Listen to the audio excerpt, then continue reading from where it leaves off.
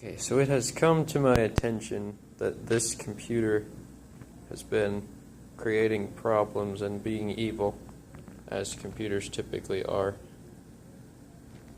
And I think I've solved it, but I wanted to give you all a little overview of what exactly the problem was. It was barely even a problem, it was just kind of an inconvenient misunderstanding. But this computer, despite the fact that there's only one big screen, this one, that it shows on, is actually connected to two monitors. So like sometimes people get a laptop and a desktop computer screen and they connect them together and they can drag all their windows between them. Well, that's called extended desktop. You may have used something like that. And that's actually what we're doing here. So where is the second screen? Well, the second screen is this. The second screen connects to the video mixer. So the computer has one normal screen, this big Lenovo display from the school, and then the second display output in the extended desktop configuration goes into the video mixer. And so that's how ScreenMonkey and whatever other programs y'all use can feed video into the video mixer. It's not like some magical insanity stuff. It's just a VGA connection, just like a normal computer monitor. The computer has no idea it's connected to a video mixer. It just sees it as a monitor. The only disadvantage to that is that we don't get another big monitor to display the output on. We have it displayed on this tiny one, which is incorrectly labeled DVD. So I'll take that off later, but that's what this third monitor is for. It shows the computer output. And so sometimes the computer will do correctly and start up showing the little starting Windows thing and the login screen on this monitor. But sometimes, by nature, computers are evil, and so it will start up showing everything on this uselessly tiny little display. So why don't we hook up a bigger display?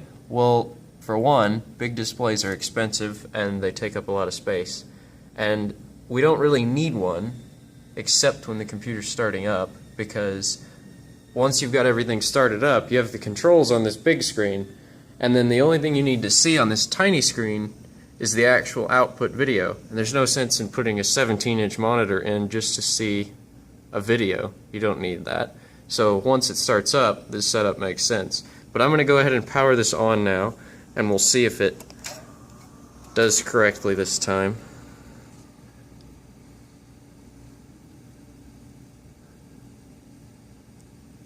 Yeah, see?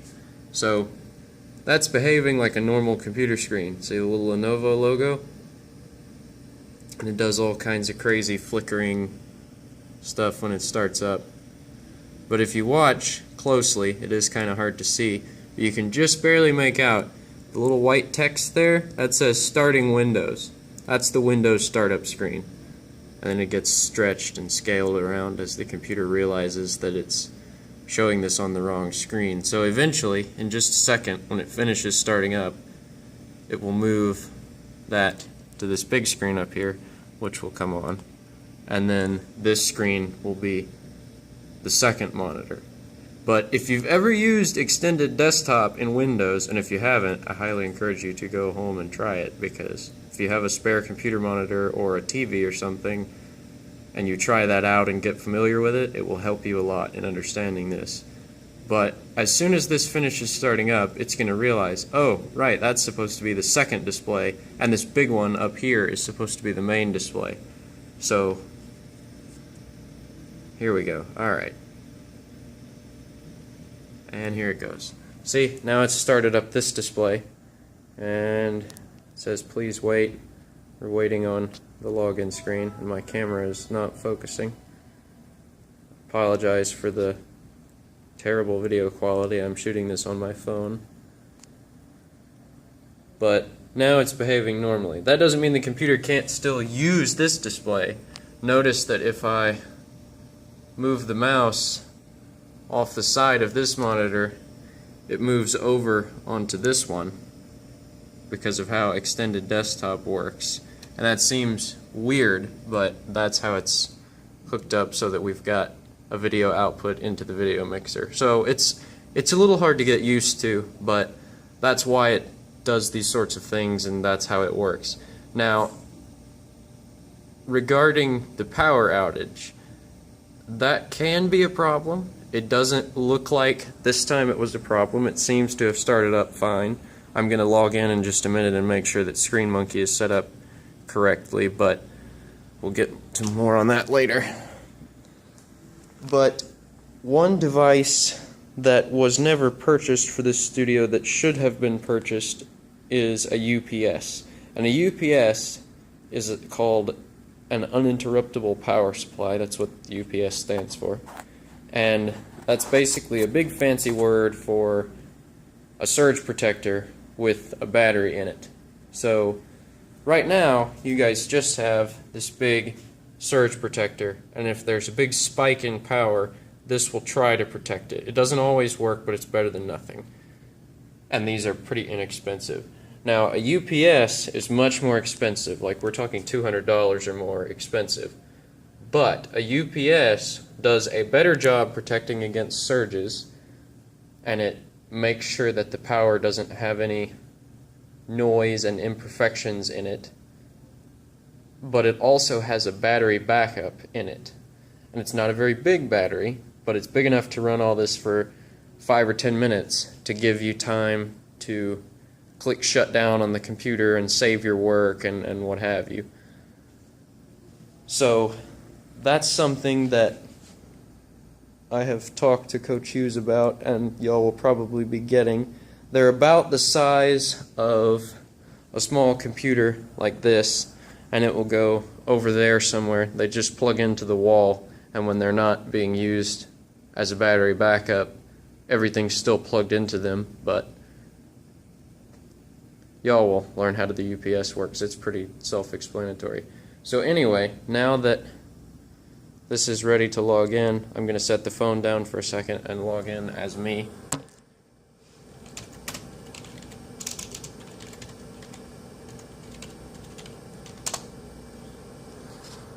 Okay, so while we're waiting on this to pull up, let's talk about why ScreenMonkey is pretty much always set up wrong when you log into this. So this computer is on what's called a Windows domain, and that means that it's talking to a Windows server somewhere controlled by the school, and that's how you can use your school login on every computer, because when it logs in, it goes and talks back to that server, and that's where it gets the credentials. So it's very centralized, and it's good for the school system because it's very easy for them to manage, but it's bad for us because they won't make us an account specifically for broadcasting. And ScreenMonkey has a particular set of default settings, and they're not good for what we need to do. You have to change them. Once you change them, it'll remember it for your account, but that's only your account. So if Ian logs in and gets everything set up and everything's perfect, and then Ian logs out and someone else logs in, then it's not going to have Ian's settings, it's going to have the default settings because you're logged in as someone else. So you want to try to always use the same account with this. Now, I'm going to go through what you have to do to set this up, and I'm just kind of making this up as I go along, so if I have to look around the program a little and find the buttons I need, just bear with me. So, we're going to launch ScreenMonkey.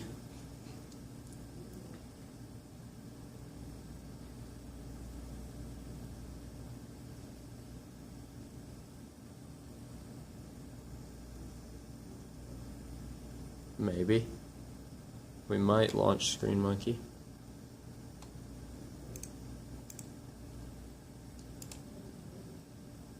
There we go. Okay. I didn't actually do anything extra. It just took forever. So, you can see up here, if we drag this little line down, we can see these little sliders. These adjust the opacity or another word for how transparent it is of the different video layers. So when you play a video, like right now we're in layer 1, so if we play, I don't know what this is, but if we play it, maybe, no, yeah, okay, so if we play that, it plays on layer 1. If I click this, now layer 1, see how it's gray over here? That means it's transparent. So if I play this, it doesn't actually show anything. It's not showing the video. But if I fade this in, ta-da! If I fade it out, yeah. So since y'all have a live video mixer that handles all your fading and that sort of magic, you want all those up all the time. Now the only one that's special is audio. If you're just playing music, you can go way down here to the bottom of the screen to this audio layer. It's labeled A, and it'll just play the audio, like if you click music or something here. So that's very nice. But most of the time you just want to be on L1. So it looks like all of this is already set up correctly because it's me and it remembers my settings because I've set this up in the past. But let's say it wasn't set up correctly. What we want is to adjust these settings over here.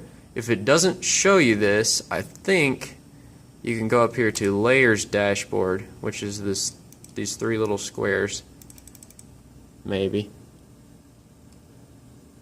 No? Okay. Let's try Customize. No, it's not Customize.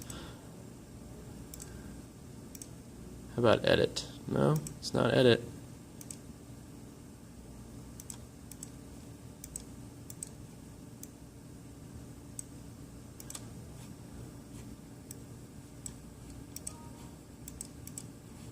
Okay, no, we don't want to do that. Well, I don't know. You're supposed to be able to go here and select what's on the screen. You should always be able to see these little squares. Sometimes these may be set incorrectly. One of them should be set on primary monitor full screen. Okay, good, they labeled it since the last release. See how this says live profile? This is what you're actually using. If you click live, you can make this thing over here the live profile. We don't ever do that. We don't use that feature. This is intended for churches and certain situations. But you want this on primary monitor full screen. So you can see the other options are primary monitor 50%, which shrinks the video down to 50%. So see if I do this, now it's playing at half size. We don't want that. So primary monitor full screen. That's what that needs to be on. Very important. See now, when we play this, it plays full screen. It's very good. So, one last thing. If we minimize this and go to the desktop, let's say the extended desktop is being really dumb and it's not showing up at all on either the small display here or on this display. It'll be pretty hard to pull this off if it's not showing up on the big display, but if it's not showing up on the small display or something's being weird, you can always check this. If you right click on the desktop and go to screen resolution, this will let you configure your displays. So you can see we've got one, which is this big one, the one that we're using here to configure this. Then we've got two. Two is the output connected to the video mixer. Now, for those of you who don't know, this sets screen resolution. Resolution is how many pixels the computer is using. So 1024 by 768, that means the computer is using 1024 pixels on the y-axis. No, on the x-axis. I can't math. And 768 pixels on the y-axis. So it's a square that's, or a rectangle that's 1024 by 768 pixels. That's the resolution for this monitor. Now, the other monitor, this generic non-PNP monitor, you don't have to worry about the name, but that's what it says, should always be set on 800 by 600. It will go up ridiculously high. If you do that, something will mess up. So, and Windows will usually complain at you because this is kind of a low resolution, but just ignore Windows because we know what we're doing and This needs to be set on 800 by 600. So if this is ever set like something not like this, or you only see one display and this number 2 isn't here, you can click detect and both of them should come up, and then you can set it up correctly. Click apply, click OK. You should be all good. You shouldn't have to mess with that frequently because the computer should remember that, but on the off chance that it doesn't, now you know how. So I think that's about it. Here shortly the UPS should come in the mail, and it'll just be a big box that sits over here, and the power strip will plug into a plug on the UPS, and then the UPS will plug directly into the wall. So when the power cuts off, the UPS notices instantaneously, and without even giving it enough time to lose power, it switches the power strip over to the UPS's battery. So if the power goes out, the lights in the room will cut off, but all of the equipment will keep running, and you'll get a chance to shut all your stuff off and save your work. So yeah, hope this helps.